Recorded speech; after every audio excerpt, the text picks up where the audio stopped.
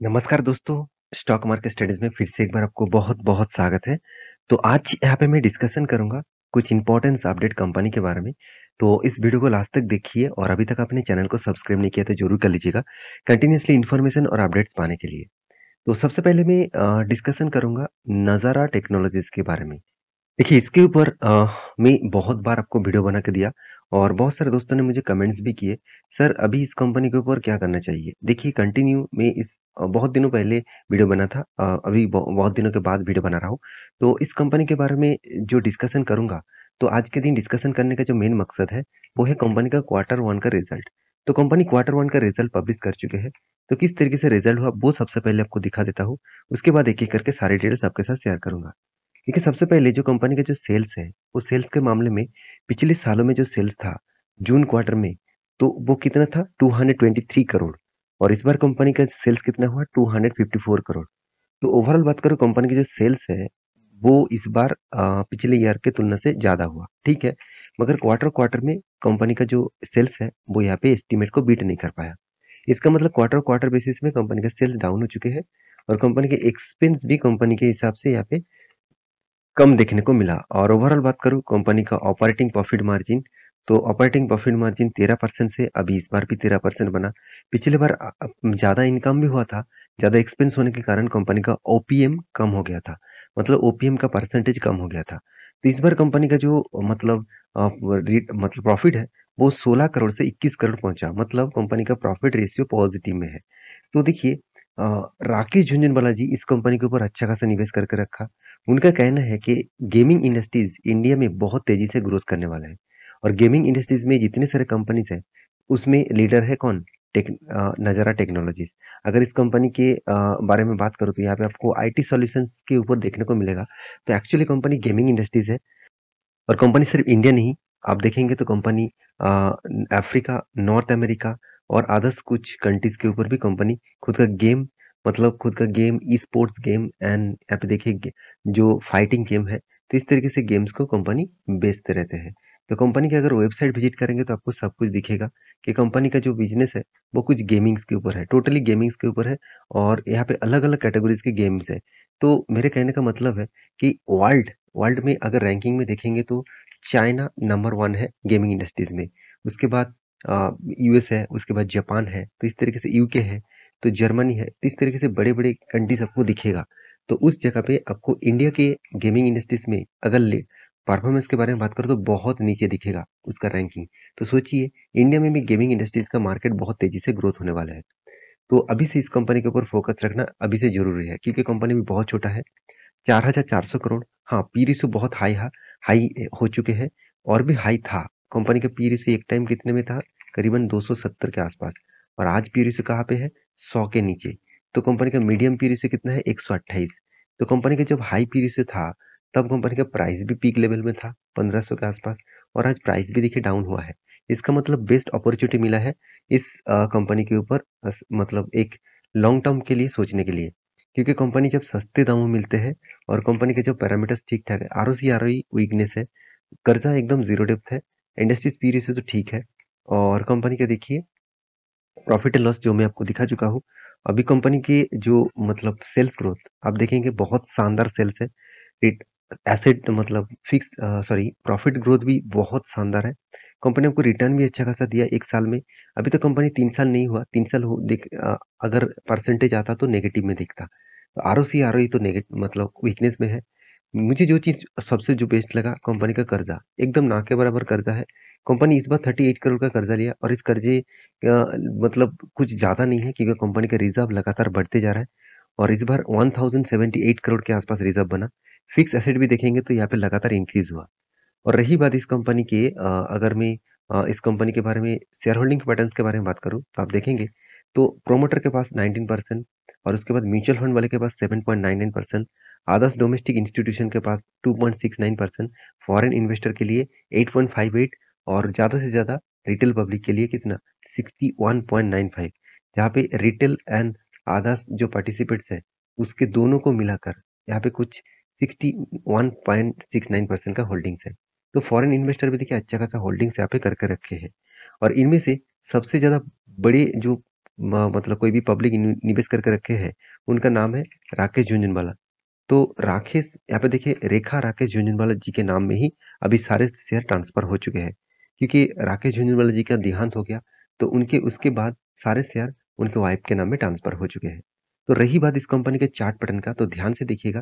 Chart pattern कुछ इस तरीके से बना, तो अगर मैं लॉन्ग जर्नी के लिए देखूँ, टॉप लेवल से डाउन लेवल तक देखूँ, कंपनी में किस तरीके से गिरावट हुआ। अगर मैं टॉप लेवल से डाउन लेवल तक देखूँ, तो अराउंड 69% का करेक्शन देखने को मिला, और इस 69% का करेक्शन के बाद कंपनी में एक शानदार मोमेंटम देखने को मिलेगा, क्योंकि कंपनीज के जो रिजल्ट है वो लगातार लगातार बेस्ट रिजल्ट देखने को मिल रहा है। तो इसका मतलब जब प्रॉफिट कंटिन्यूअसली ग्रोथ हो रहा है, जब सब कुछ पैरामीटर ठीक है, तो उस कंपनी में आगे बढ़ने के लिए कोई नहीं रोक पाएगा। तो मेरे हिसाब से एक लॉन्ग जर्नी के लिए जरूर सोचिए। मैं ऑब्वियसली इस लोअर लेवल में, एक्चुअली इस लेवल में मैंने फिर से एक परचेजिंग की है, क्योंकि मुझे जो टारगेट मिलेगा, मैं जो टारगेट के लिए ऑब्वियसली होल्ड करूंगा, वो टारगेट लाइफ टाइम हाई के आसपास है। मगर यहाँ से मैं अगर लाइफ टाइम हाई भी दिखा दूँ, तो करीबन करीबन 200% का गेन मिल सकता है, मतलब फंड डबल भी हो सकते हैं। तो मैं इस कंपनी के ऊपर बहुत बुलिश हूँ। आपका क्या राय है, मुझे जरूर कमेंट्स करना।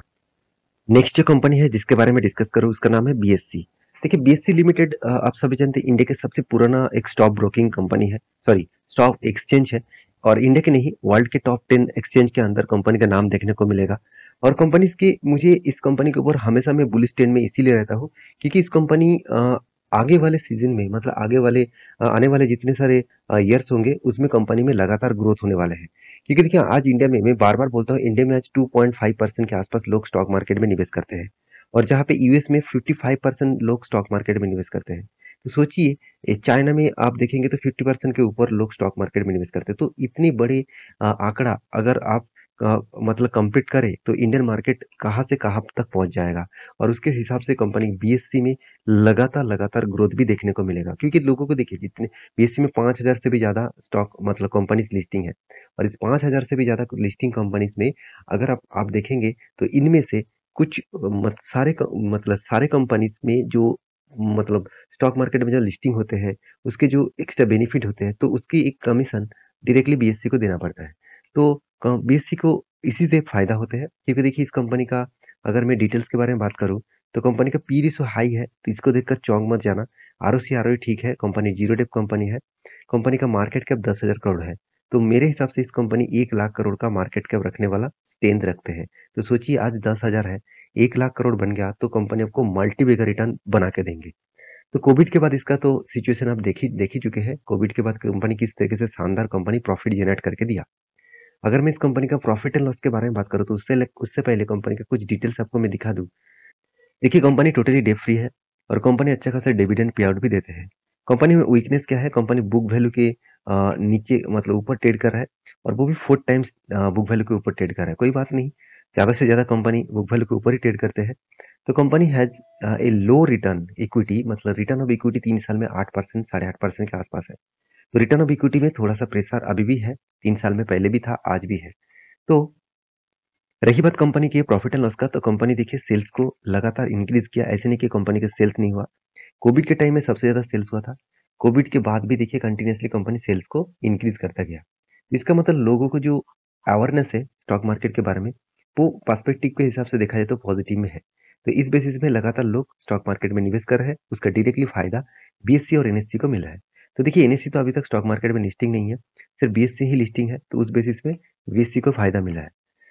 तो कंपनी के जो मतलब प्रॉफिट एंड लॉस है, उसके बारे में बात करूँ, तो नेट प्रॉफिट आपको कंटिन्यूअसली यहाँ पे जर्नी कुछ इस तरीके से दिखेगा। हाँ, कभी-कभी प्रॉफिट डाउन हुआ है, कभी-कभी ज़्यादा भी हुआ है, और कंपनी इस तरीके से परफॉर्मेंस करते चले जा रहा है। कंपनी आपको अच्छा खासा धमाका रिटर्न भी दिया। सेल्स ग्रोथ तो ठीक है, प्रॉफिट ग्रोथ में वीकनेस है, और कंपनी का रिटर्न ऑफ इक्विटी में वीकनेस देखने को मिला। तो रही बात कंपनीज के बैलेंस शीट का, तो यहाँ पे जो 2 चीज़ मुझे बेस्ट लगा।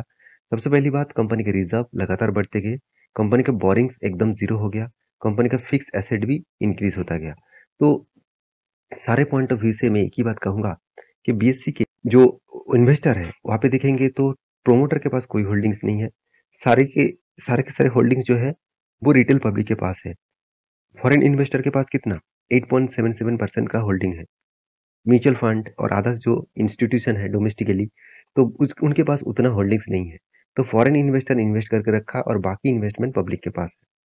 तो कंपनीज़ की जो विज़न है, उस विज़न के हिसाब से आपको इस कंपनी के ऊपर रहना है तो लॉन्ग टर्म के लिए रहना पड़ेगा। तो कंपनीज़ का जो चार्ट पैटर्न बना तो मैं आपको साथ पहले भी शेयर किया था।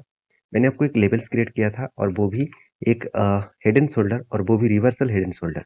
देखिए इस reversal head and shoulder patterns का जो एंट्री लेवल था वो यहाँ पे था और यहाँ पे जो एग्जिट लेवल था वो यहाँ पे था।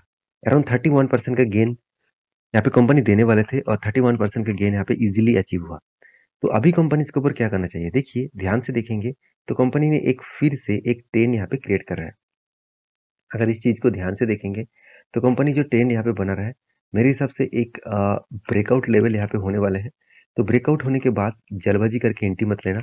यहाँ पे ऊपर जाएगा और रिट्रेसमेंट करने के बाद अगर ब्रेकआउट करे तो बड़ा सा आपको रैली दिखेगा और जो इसका जो टॉप लेवल है, इस लेवल तक इजीली वो अचीव करेगा। टॉप लेवल कितना है? 1032। तो इस लेवल के लिए मैं एंट्री जरूर लूंगा। तो मुझे थोड़ा सा यहाँ पे मतलब यहाँ पे थोड़ा सा हाई वॉल्यूम के साथ कुछ टाइम बिताने दीजिए। उसके बाद ब्रेकआउट करे तो मैं एंट्री जरूर लूंगा और मैं आपके साथ भी वो शेयर भी करूंगा। तो नेक्स्ट जो कंपनी जिसके बारे में बात करूँ उसका नाम है कैम्स। कैम्स आप सभी जानते हैं, कंप्यूटर एज मैनेजमेंट सर्विसेज। जिस कंपनी का टोटली काम है म्यूचुअल फंड का जो ट्रांसफर करना, मतलब म्यूचुअल फंड का जो एक्चुअली ट्रांसफर एजेंसी है। तो कोई भी म्यूचुअल फंड आप कर रहे हैं तो उसके मान के चलिए आपने म्यूचुअल फंड बाई किया और उसके बाद कभी ना कभी तो सेल करेंगे। तो ये जो मतलब क्लियरेंस है इसको करने के लिए कैम्स काम करते हैं। तो कैम्स एक मोनोपोली बिजनेस करने वाला कंपनी है। तो इस कंपनी के ऊपर मैं बहुत बुलिश हूँ क्योंकि इस कंपनी के ऊपर मार्केट कैप के हिसाब से कंपनी भी बहुत छोटा है। तो कंपनी बड़ा होने का कैपेबिलिटी रखते हैं। मे बी इस कंपनी के ऊपर मुझे 1 करोड़ का मतलब 1 करोड़ का मार्केट कैप देखने का जो नजरिया है वो मेरे हिसाब से जरूर दिखेगा क्योंकि कंपनी में इतना स्ट्रेंथ है उस बेसिस में और कंपनी का जो बिजनेस है उस बिजनेस के बेसिस में कंपनी का ग्रोथ होने वाला है। अगर आप देखेंगे तो म्यूचुअल फंड बंडल मतलब लोग स्टॉक मार्केट से ज़्यादा अभी इंडिया में म्यूचुअल फंड भरे के ऊपर मतलब म्यूचुअल फंड के ऊपर ज़्यादा से ज़्यादा प्रेफरेंस दे रहा है। तो म्यूचुअल फंड जितने बढ़ेंगे उतना ही डायरेक्टली इस कंपनी को फ़ायदा मिलेगा। अगर आप एक चीज़ देखेंगे तो मैं आपको इस कंपनी के में क्वार्टरली रिजल्ट तो अभी तक नहीं आया, प्रॉफिट एंड लॉस के दिखा दूँ। देखिए सेल्स कितना देखिए लगातार इंक्रीज़ हुआ और देखिए कोविड के पहले कंपनी का जो सेल्स था, वो कुछ कम नज़रिया देखने को मिला था। उसके बाद देखिए कंटिन्यूअसली सेल इंक्रीज हुआ, एक्सपेंस भी कंपनी मेंटेन्स किए और उसके बाद कंपनी का प्रॉफिट भी हुआ। देखिए कंपनी का ऑपरेटिंग प्रॉफिट किस लेवल तक पहुंचा, 44-45% के आसपास। और कंपनी का जो एक्सपेंस है वो कहाँ पे हो रहा है वो देखना बहुत इंपॉर्टेंस है। अगर एक्सपेंस के बारे में बात करूँ तो ध्यान से देखेंगे कंपनी का मैन्युफैक्चरिंग कॉस्ट। देखिए मैन्युफैक्चरिंग कॉस्ट यहाँ पे बढ़ चुके हैं। तो अभी मैन्युफैक्चरिंग कॉस्ट क्यों बढ़ा? क्योंकि देखिए कंपनी का मैन्युफैक्चरिंग कॉस्ट मतलब कंपनी का जो ऑफिस ऑफिस मेंटेनेंस करने के लिए जो मतलब सॉफ्टवेयर साथ ही साथ मशीनरी का ज़रूरत है, उसको मैन्युफैक्चरिंग कॉस्ट कहा जाता है। और उसके साथ एम्प्लॉयी कॉस्ट जो है, एम्प्लॉयी कॉस्ट देखिए इस बार हाईएस्ट पहुँचा। पहले एम्प्लॉयी कॉस्ट ना के बराबर था, आज एम्प्लॉयी कॉस्ट बहुत ज़्यादा हो गया क्योंकि एम्प्लॉयी तो रखना ही पड़ेगा, विदाउट एम्प्लॉयी में तो काम नहीं होगा। तो इसलिए उसका भी कॉस्ट कंपनी के ऊपर देखने को मिला है। तो कोई बात नहीं, सब कुछ मिटाने के बाद कंपनी के हाथ में अच्छा खासा प्रॉफिट जनरेट भी हो रहा है और कंपनी आपको sales growth, profit growth, return of equity सब कुछ पॉजिटिव में दिखाया। शायद कंपनी आपको कुछ खास रिटर्न ना दे, तो इसका फ़ायदा आपको मतलब कुछ अपकमिंग ईयर्स में ज़रूर मिलेगा। एज़ ए इन्वेस्टर के बारे में बात करूँ, देखिए सबसे ज़्यादा होल्डिंग किसके पास है? फॉरेन इन्वेस्टर के पास। तो एफआईएस से भी ज़्यादा कंपनी मतलब प्रोमोटर से भी ज़्यादा फॉरेन इन्वेस्टर के पास सबसे ज़्यादा होल्डिंग्स है। और होल्डिंग इसीलिए किया क्योंकि उनको पता है आज इंडिया इकोनॉमिकली ग्रोथ कर रहा है। इंडिया आगे जाकर बड़ा ग्रोथ करने वाला है। तो हर कोई कंट्रीज़ की कंपनीज़ इंडिया में आकर बिज़नेस करना चाहते हैं। तो सोचिए इंडिया इकोनॉमिकली ग्रोथ होगा, तब क्या होगा? तब इस कंपनी को भी अच्छा खासा ग्रोथ देखने को मिलेगा। अभी रही बात चार्ट पैटर्न्स का, तो कुछ चार्ट पैटर्न इस तरीके से बन रहा है।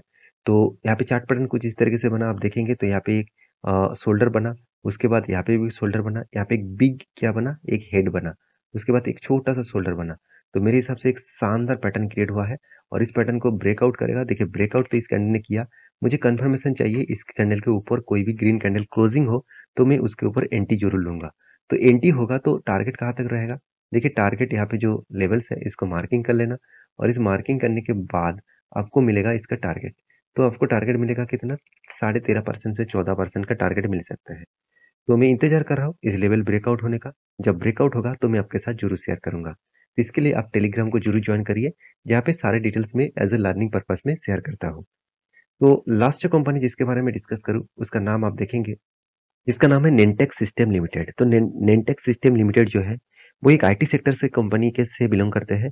कंपनी धमाका परफॉर्मेंस देने के बाद एक बड़ा अनाउंसमेंट किया। वो अनाउंसमेंट क्या है आपको मैं बता दूँ कि कंपनी बोनस देने वाला है और वो भी कब 3 अगस्त में 4:5 रेशियो का बोनस। इसका मतलब हर 5 शेयर में आपको 4 शेयर यहाँ पे बोनस के हिसाब से मिलेगा। तो आई होप वीडियो आपको अच्छा लगे तो प्लीज़ एक लाइक ज़रूर करना और इस तरीके से इन्फॉर्मेशन पाने के लिए चैनल को ज़रूर सब्सक्राइब करना। और ये वीडियो टोटली एजुकेशन पर्पस में था, कोई बाय एंड सेल का रिकमेंडेशन नहीं था। तो प्लीज़ एक बार रिसर्च करके ही काम करना। मिलते हैं नेक्स्ट वीडियो में, तब तक के लिए अच्छे से रहिए, अपने ख्याल रखिए। Bye bye.